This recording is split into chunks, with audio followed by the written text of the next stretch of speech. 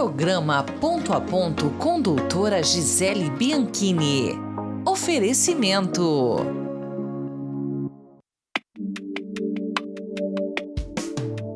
Viver bem, morar bem, é ser feliz todo dia. Bianchini Imóveis é a felicidade da sua família. A casa dos seus sonhos, aqui você vai encontrar. Bianchini Imóveis, compra, venda, locação, administração e avaliação. Avenida Paraná 1423, em Maringá. Realize o seu sonho, aqui você pode vir pra Bianchini Imóveis. Programa Ponto a Ponto.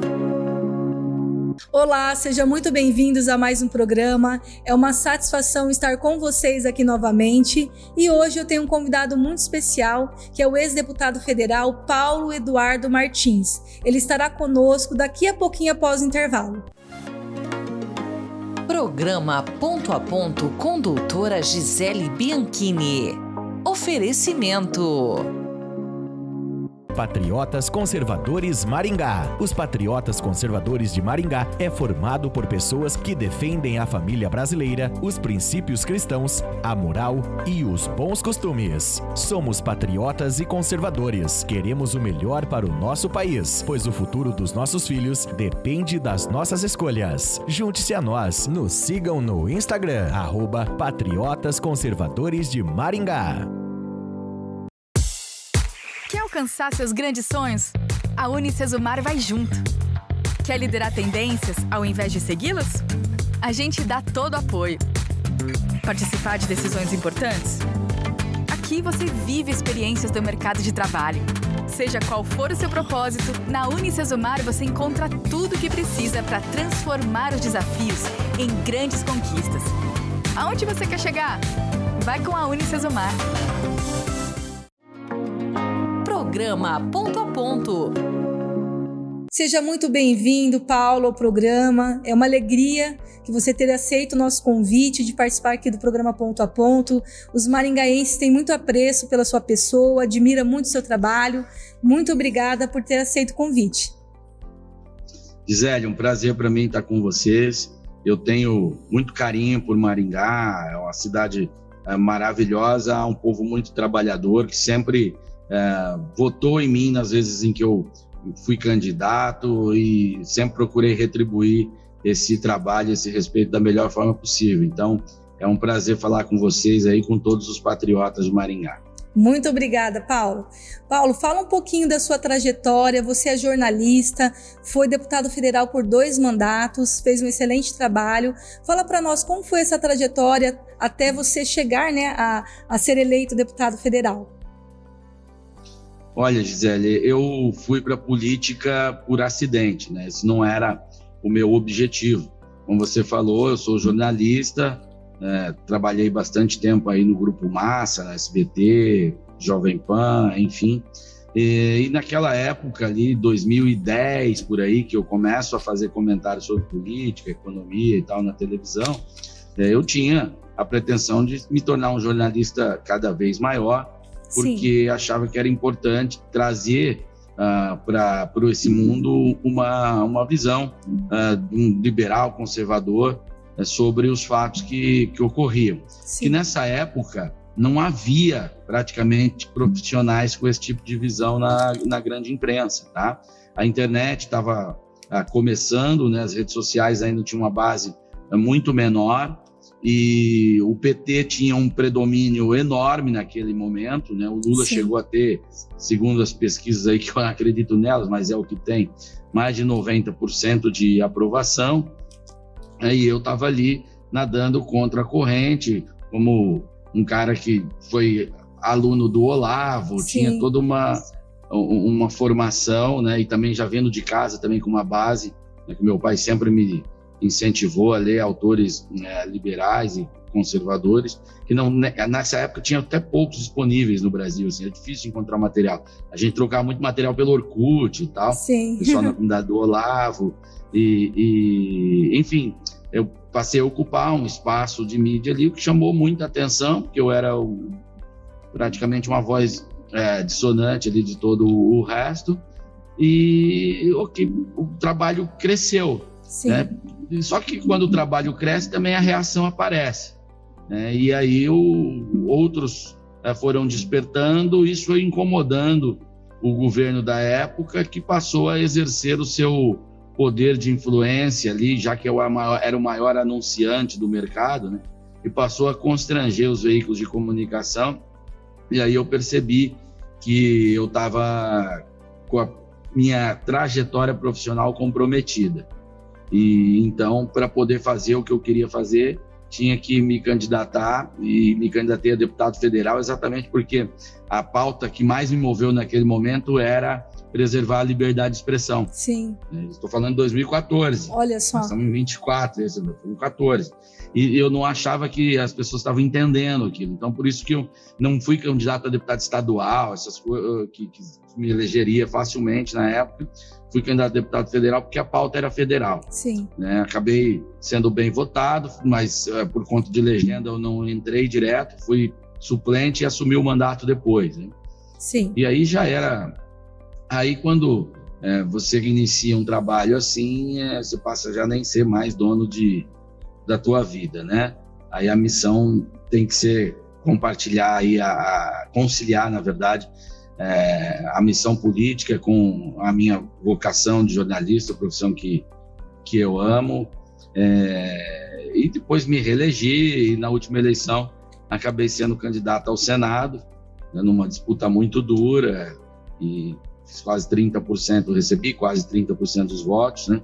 Sim. Mas acabei não me elegendo, o que faz parte do processo, e a gente vai seguir lutando sempre, porque é muito importante que nos organizemos politicamente para não só impor a nossa pauta, mas também para nos defender, porque é isso que está acontecendo hoje. Nós Exatamente. Estamos sob ataque e as nossas liberdades estão sob um ataque pesadíssimo. Talvez não tenhamos passado por um momento tão crítico quanto esse como estamos passando. Com certeza, Paulo. E você foi autor também da emenda do projeto de lei, né, da reforma trabalhista, sobre a questão do imposto sindical. Fala para nós um pouquinho sobre essa emenda. No atual governo agora vai voltar essa questão do imposto sindical, Paulo? Fala para nós. Então, Gisele, a minha atuação, eu sempre procuro entender a estrutura dos problemas e atacar as estruturas. Eu entendia que a esquerda tinha um poder de mobilização social, de dinheiro, de capacidade de fazer política muito grande. Fui estudar isso e percebi que esse dinheiro vinha de uma coisa chamada imposto sindical. Sim. O imposto sindical foi instituído pelo Getúlio Vargas em 1937 para que os sindicatos fossem instituições capilares do próprio regime na sociedade, e depois a esquerda acabou tomando, a esquerda trabalhista, né? Isso. Acabou tomando os sindicatos e utilizou-se dessa estrutura para ela. Isso conferia à esquerda, em 2017, foi o último ano do imposto sindical, 4 bilhões de reais por ano para eles fazerem política. Nossa, é muita bilhões, coisa, hein? Tá? É muita coisa. E aí, em 2016, quando eu estava exercendo o primeiro mandato de deputado federal, eu fiz essa proposta, trabalhei ela dentro da Câmara e foi uma contaminação positiva. O pessoal finalmente entendeu, porque quando eu comecei a colocar isso, todo mundo falava, imagina, os sindicatos vão moer todo mundo, ninguém Sim. vai apoiar essa ideia. Mas com um trabalho bem feito, isso foi possível. Sim. E aí o Rogério Marinho acabou sendo designado relator da reforma trabalhista, o Rogério que depois foi ministro do Bolsonaro. Sim. Ele acolheu essa tese, né, e a reforma foi aprovada e o imposto sindical acabou. E isso foi um golpe muito pesado na esquerda, né? Há quem diga que essa foi a maior derrota da esquerda desde o Araguaia. Acho que o Silvio Grimaldo, que cuida das coisas do Olavo, sempre falava isso. O próprio Lula disse que o maior golpe que a esquerda recebeu foi o fim do imposto sindical. Ano passado ele falou. Sim. Porque tirou 4 bilhões deles de fazer política. Além de muita corrupção que havia, mas eles perderam os meios de promover aquela mobilização artificial. E por que isso era importante? Porque assim eles forjavam a ideia de pressão na sociedade e impedia que reformas fossem aprovadas e também facilitava com que projetos negativos fossem aprovados, porque o Congresso passava a achar que aquilo era a sociedade. Eles colocavam aquele monte de gente na Paulista com balão vermelho, pagando pão com mortadela e cachê, e o Congresso olhava e falava, nossa, o povo quer isso aí, e acabava votando com eles. Então eu chamava o fim do imposto sindical como a mãe de todas as reformas, que a partir do momento que se tirasse o poder artificial dos sindicatos, a gente ia conseguir fazer reformas necessárias que o Brasil tentava e não conseguia. E uma delas, aliás, a primeira delas, foi a própria reforma da Previdência, aprovada em 2019, que evitou que o Brasil tivesse completamente quebrado. Foi aprovada, que limitou o teto de gastos, né, do governo federal? A emenda do teto de gastos ela é aprovada no governo Temer, em 2017, 16 para 17. Mas a reforma da Previdência, ela disciplina e reprograma, né, o orçamento, os gastos do governo federal. O Brasil estava quebrado, porque o gasto da Previdência estava se ampliando rapidamente e tendo mais gente para receber do que gente para pagar. Isso. A Previdência do Brasil ia quebrar em 3, 4 anos. Literalmente. E aí com essa reforma foi possível estender isso, reorganizar, e nós ganhamos um tempo bastante importante e fez com que o Brasil tivesse condições de passar, inclusive, por esse período horroroso dessa pandemia vagabunda que aconteceu aí, com todas as consequências, né, que levou-se. Senão não teríamos condições de ter sobrevivido a nada disso. Então, outras reformas que venham, as privatizações que ocorreram, o governo Bolsonaro conseguiu fazer algumas, você vê que não teve manifestações, pneu queimado, gente quebrando coisas, porque isso era tudo artificial. Verdade. Precisava de grana para fazer. Sem a grana, o Brasil ficou um pouco mais normal nesse sentido e a gente pôde avançar. São reformas importantíssimas para o nosso país, hein, Paulo?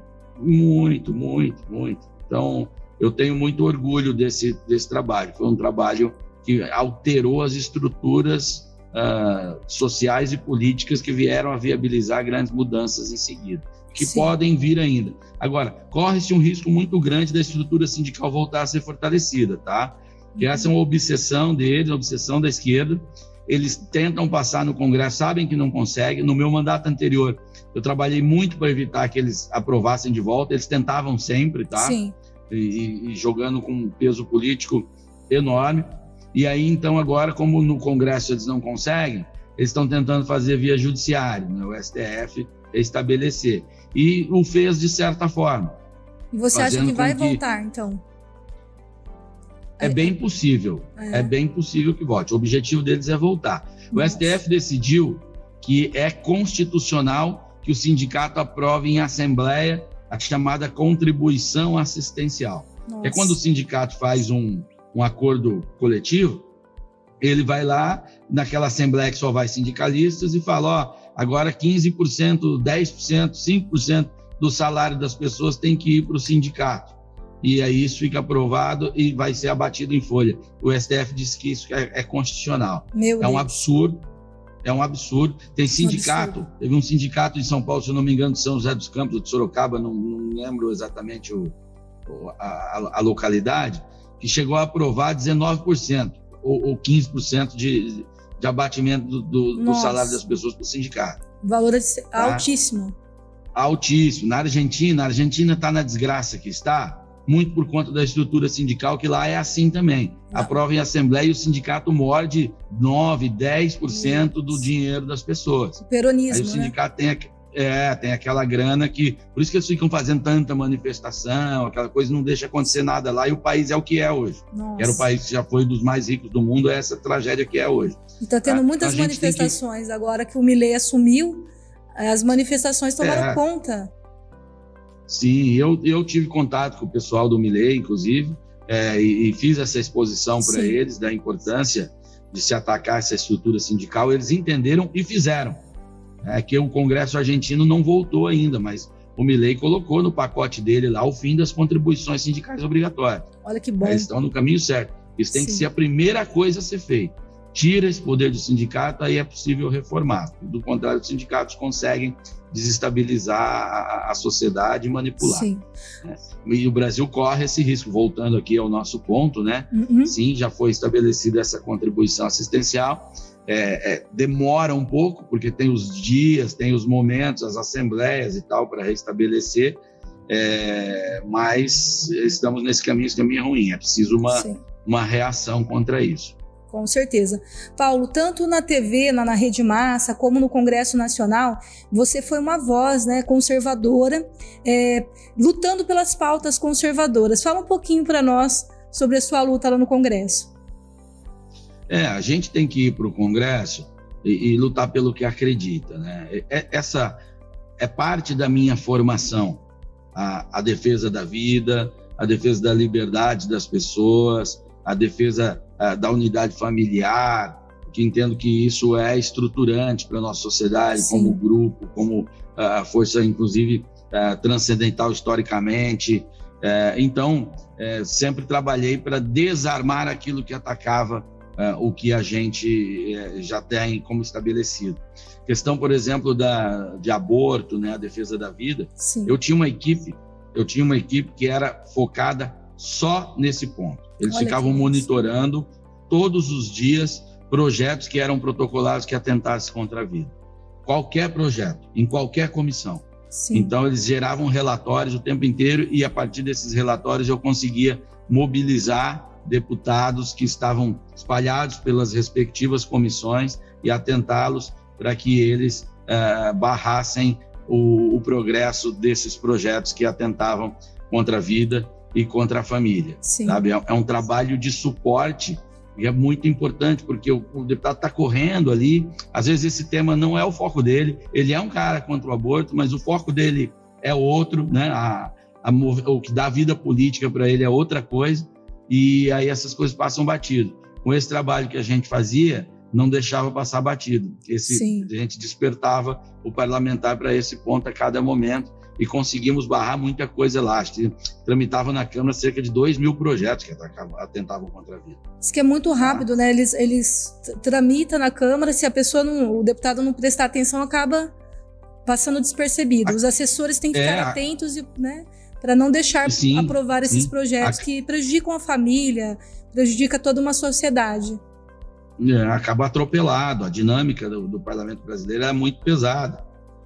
E na Câmara Federal você legislou sobre tudo. Então, daqui a pouco o cara vacilou, entra um projeto lá e vai passando, quando viu, já está tudo combinado, o cara é atropelado. Então, essa organização política, essa coisa que eu estava mobilizando uma força que era disponível para mim, né, no meu gabinete, para ajudar outros deputados. Sim. Mas é porque a causa era importante e muito cara a mim. Sim. E não defendo isso, não é a minha postura, porque hoje existe uma força política, claramente, há um mercado eleitoral interessante, né, na direita, mas eu estou nessa muito antes disso acontecer. Com certeza. Estou nessa quando falar em direita ainda era um palavrão. Sim. Né, e não era a exploração de um mercado eleitoral ou de audiência ou de cliques, não, é muito antes disso.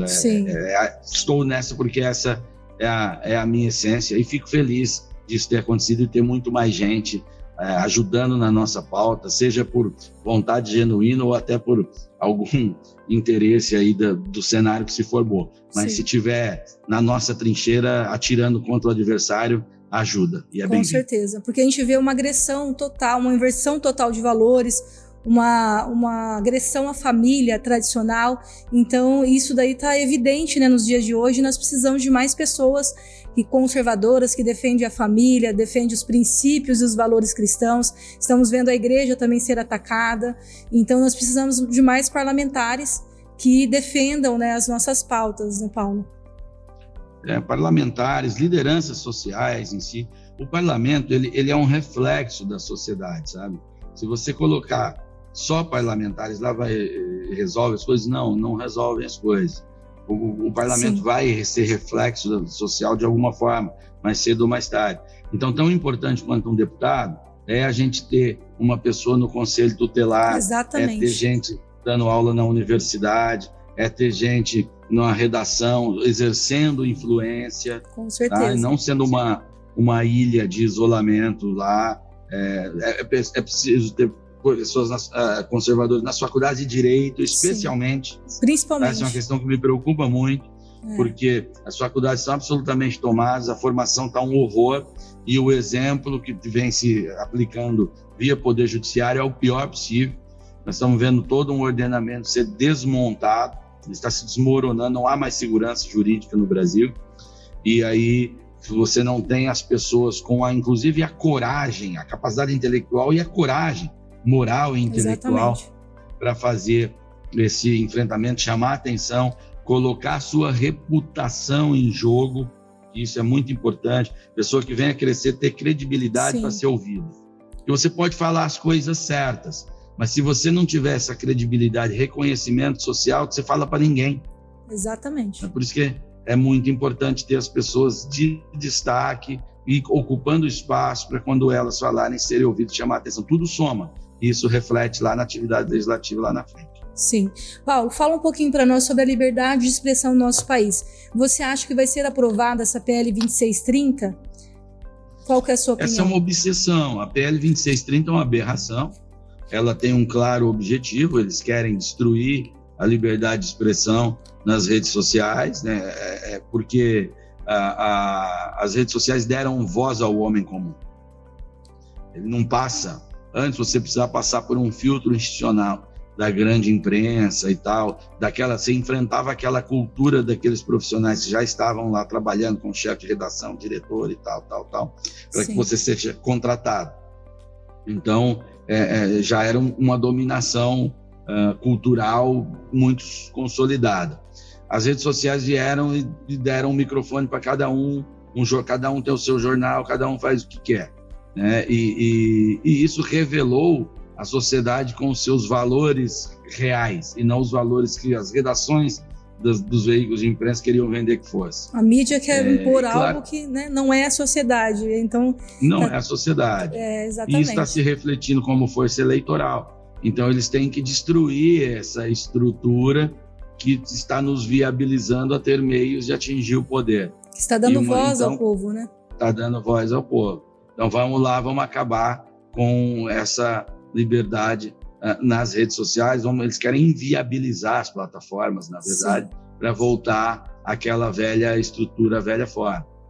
Note que não se fala em outra coisa na boca aí desses Alexandre de Moraes, Lula, Flávio Dino. Essa turma tem a obsessão por isso, exatamente porque querem acabar com os meios que podem inverter as coisas que não são interessantes a eles. Exatamente. O Paulo, recentemente foi aprovado no Congresso Nacional a reforma tributária. O que você pode falar para os nossos telespectadores aqui de Maringá e região sobre essa reforma? Eu não gostei, eu acho que não era esse o caminho. Né? Convencionou-se no Brasil todo mundo falar em reforma tributária, legal, mas sem questionar direitinho por quê, né? Qual reforma, qual caminho que nós vamos. Essa reforma ela acaba concentrando a arrecadação ainda mais no poder central.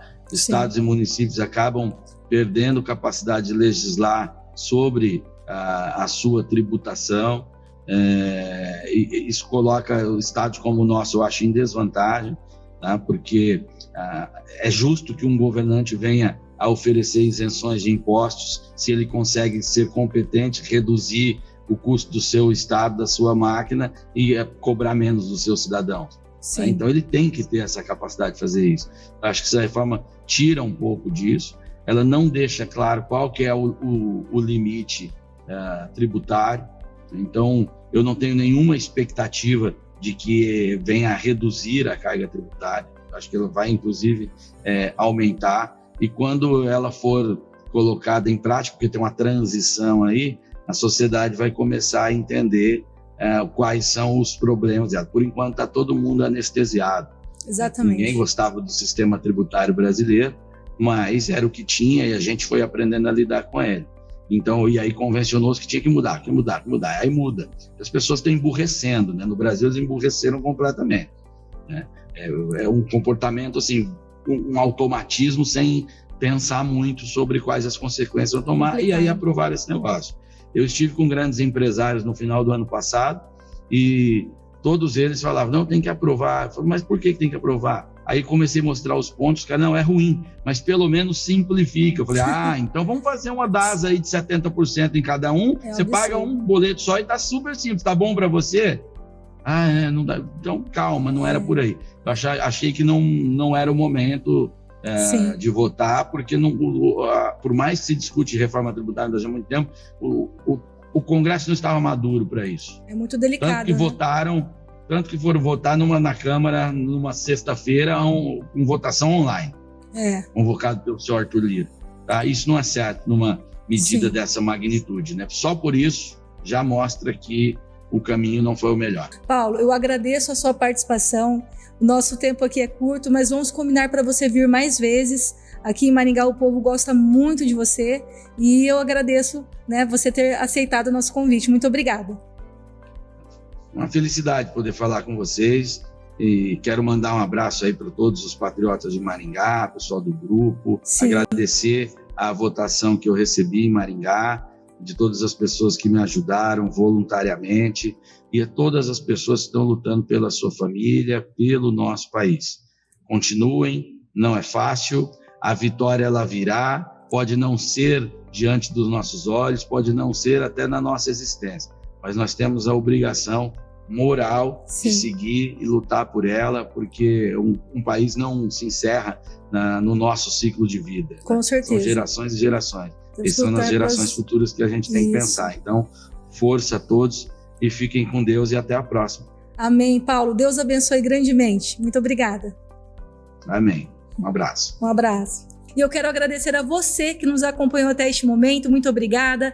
Peço para você estar me seguindo nas redes sociais, se inscrevendo no meu canal, Doutora Gisele Bianchini, e fique por dentro de todas as nossas entrevistas. E eu quero deixar também um versículo bíblico como reflexão para a sua vida, que está escrito lá em Jeremias, capítulo 33, versículo 3, que diz assim: clama a mim e responder-te-ei, e anunciar-te-ei coisas grandes e firmes que não sabes. Que Deus abençoe a sua vida, a sua família, que Deus abençoe a nação brasileira. E até o próximo programa. Programa Ponto a Ponto com doutora Gisele Bianchini.